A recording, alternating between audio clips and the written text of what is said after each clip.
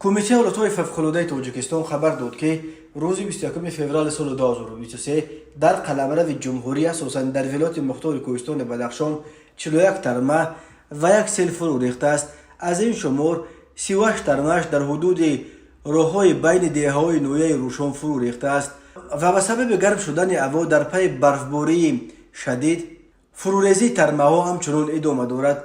ترمه‌ها باعث بسته شدن راه‌های محلی بین دهه‌های نویه روشن شده است.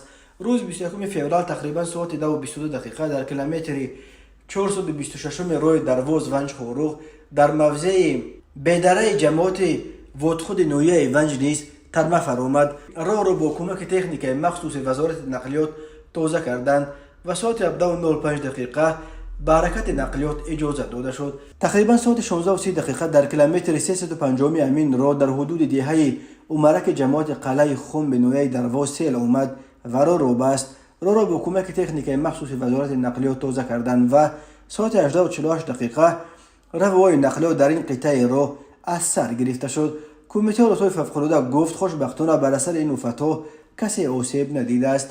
بنا به پیشبینی هواشناسان خطر فرو ریختن ترمه و یرچ و سنگریز و سیل در مناطق کوهستان و کوهدامن تاجیکستان کمش تا 23 فوریه بلند باقی میماند.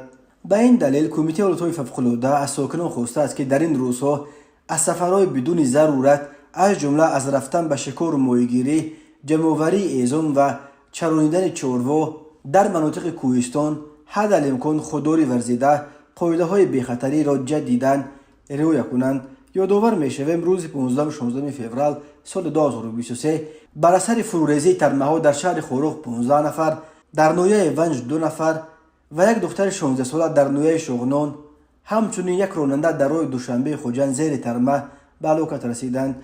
شرکت آیرس نیز صبح 22 فوریه خبر داد که حرکت تمام نمود نقلیات توسط راه دوشنبه خوجند، یگانه راه زمینه‌ای که شمال تاجیکستان را با مرکزش می‌پیوندد، امکان پذیر است.